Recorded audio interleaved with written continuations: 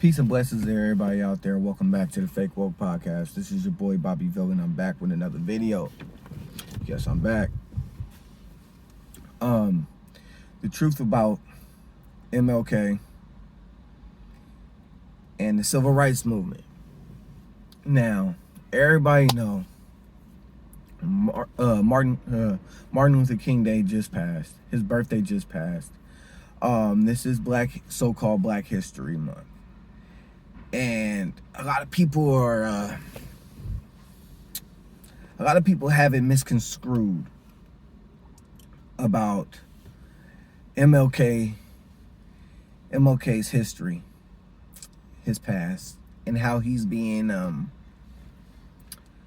marginalized, but how his history or how his image is being monetized not by his family, but by the government itself. Now, have y'all ever asked yourselves this question? Why does the corporation that we all are a part of, why do they promote and advocate for Dr. King's philosophy, his ideology, and just his image, period? Why do they push Martin Luther King so much lately? If y'all never asked yourselves this question, I'm gonna go ahead and I'm gonna answer that for you. It's because MLK, Martin Luther King, Michael King, whatever you want to call him, he was controlled. He was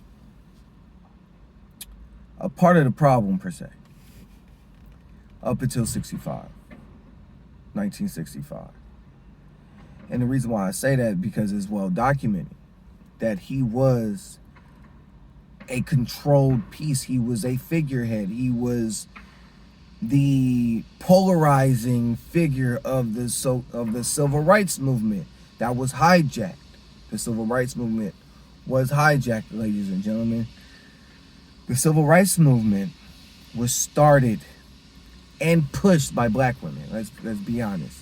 And the reason why it got so far and got to where it got was because and was on the backs of black women.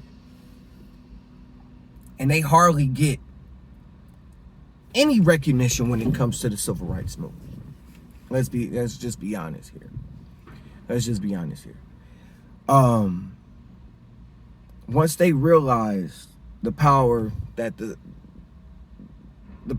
the traction that the Civil Rights Movement was creating, that it was generating, they sent the Big Six to not infiltrate, but to control the movement, control what was the Civil Rights Movement. Now, we're seeing history repeat itself.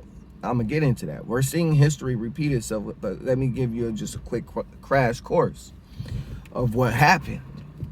They sent the Big Six. Now, if y'all don't know who the Big Six of the Civil Rights era were, it was Martin Luther King, James Farmer, John Lewis, Philip Randolph, Roy Wilkins, Whitney Young. That was the Big Six. Those were the most polarizing figures around that time during the Civil Rights Movement. Those were the political civil rights activists. They were the what I like to call the white man's Negroes, the white man's niggas. Now, Reggie, why would you say that? Why would you say that? Because first and foremost, they were pushing a pacified approach to force the hand of the corporation at the time. It was very nonviolent. They was pushing integration at the time, which killed the black economy, which killed black communities in whole. And not only that, it was just like they were really controlling when it came to the masses. They were Negro whisperers.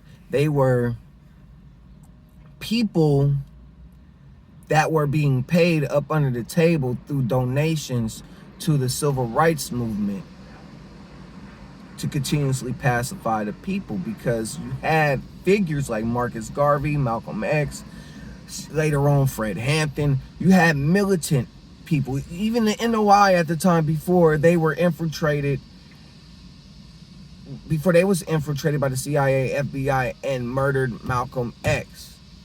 Now the Big Six were the Negroes to distract the black masses from the NOI, from Marcus Garvey and his approach, from, like I said, Malcolm X. Those 6 Negroes were the pacification of black America. We just gonna be honest. W.E.B. Du Bois too, and NAACP, the Coon NAACP, because they was part of this shit too. It was part of the pacification of black America that got us to where we are today. Now, a lot of people say, have we made progress? No, we have not made progress. We have not made any progress as the black community. None at all. None. Now, how can I say that? Because look where we were to where we are now. Just pay attention to where we were back then to where we are now. And I'm not talking about the racial tension within America. I'm talking about ownership. I'm talking about communities. I'm talking about camaraderie, unity amongst each other. We had that back then. We don't have that now. Zilch. We're done. The progression that everybody thought we made, we never made it. We actually moved backwards. Now, a lot of people have been talking about how MLK was a womanizer. MLK was cheating on his wife with white women, white prostitutes, light-skinned prostitutes. He was a colorist, this, that, and the third, blah, blah, blah, whatever. That's all fine and dandy. Y'all could sit there, y'all could preach that all you want. Do I necessarily believe it? It's here or there. It's hit or miss, because the books that I've read and that I do recommend people to read, they do touch up on that. But I'm not here to talk about that aspect of MLK. What I'm here to talk about is how him and the Big Six were completely controlled by the government. By the corporation. I'm sorry. I'm saying triggered words. But by the corporation. They were completely controlled. They were used to pacify us. The March on Washington was exactly what Malcolm X said was the farce on Washington. The people created that movement. That was a people-generated movement and march.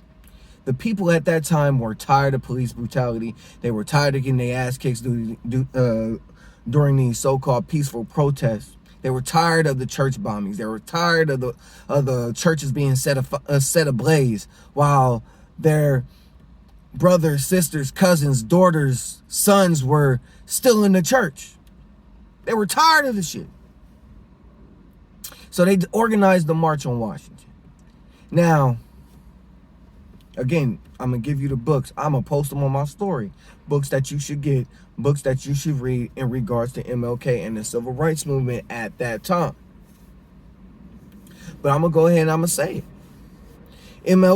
MLK and the Big Six were called to Washington by JFK. Was called to Washington by JFK. JFK sat them down. They was like, do y'all know anything about the March on Washington? They knew nothing about the March on Washington. The Big Six, the Civil Rights Big Six, knew nothing about the March on Washington, because, again, the March on Washington was originally organized by the people. It was for the people. It was not organized by MLK and none of those Big Six coons.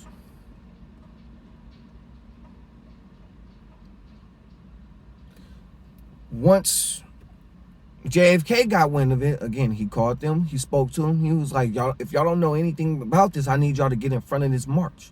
Meaning he needed the Big Six to control the black masses, get control of the masses, because now they're running amok. Now they out of your reach. They slip from your fingertips. Now they're thinking of thinking for themselves, because they're tired of your pacified approach. So he sent his Negro wranglers, the Big Six, to get control of the March on Washington. And that's exactly what they did. They got paid to do that. If you pay attention to the March on Washington and you did your studies on the March on Washington, the Big Six showed up late. Why did they show up late? Because that wasn't their march. They did not organize that. They were sent there to get the people in control. What's the word I'm looking for? To mystify the people, to mesmerize the people. And that's what they were paid for. That's what they were there for. It wasn't until Malcolm X got a hold of MLK, I think it was 65, they had like a secret meeting and they spoke. This is before Malcolm was murdered. I think it was 64 or 65. It was one of them. It escapes me. It's been a while since I went and dove back in. But they had a secret meeting. They sat there and they spoke. And from when Malcolm X was murdered, from that point on, you saw a shift in MLK's approach. You saw a shift in MLK's approach. Why? Because he started to lose funding amongst his white liberals. Yes, I said it. The white liberals, the Jewish elites, the Rothschilds, they were donating and sending money to the Civil Rights Movement. They were paying for the Civil Rights Movement. They was paying for all of this shit. They were funding all of this shit. That's where MLK was getting his money. The money started to slow up. He changed his approach. He started talking about anti-war. He started talking about boycotting Coca-Cola. And then from that point on, he was shot on the balcony because he was set up by Jesse Jackson and the rest of those Greeks. Again, if a lot of these prominent black Greeks, people that pledge these fraternities, they're part of the Boule. If you want me to do a video about the Boule, I'll do the video about the Black Boule and how they're the servants of the king. But MLK, he was set up by Jesse Jackson after 65. He was set up by Jesse Jackson after 65. When they shot him at, I think it was Lorraine Hotel in Memphis, they took that man to the ER. They took that man to the hospital. He was not dead yet until they smothered his ass in his hospital room. He died in the hospital room. He didn't die on that balcony. That's what they don't tell you. That's what they don't tell you.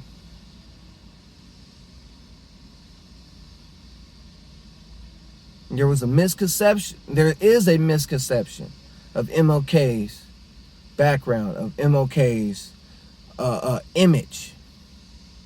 He didn't wake up until after 65. Until 65, actually.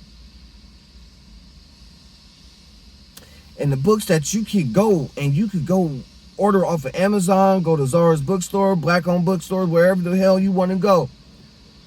The books are where I put the books. Okay, here we go. We got Plagiarism and the Cultural War by Theodore Pappas. He touched on how MLK plagiarized his doctoral thesis. Bearing the Cross by David Garrell, and Canaan's Edge, Pillar of Fire, and Parting Waters by Taylor Branch. Go tap into those books. Go order those books. Go freshen up on your studies of MLK, and you'll see what the hell I'm talking about. He's been compromised.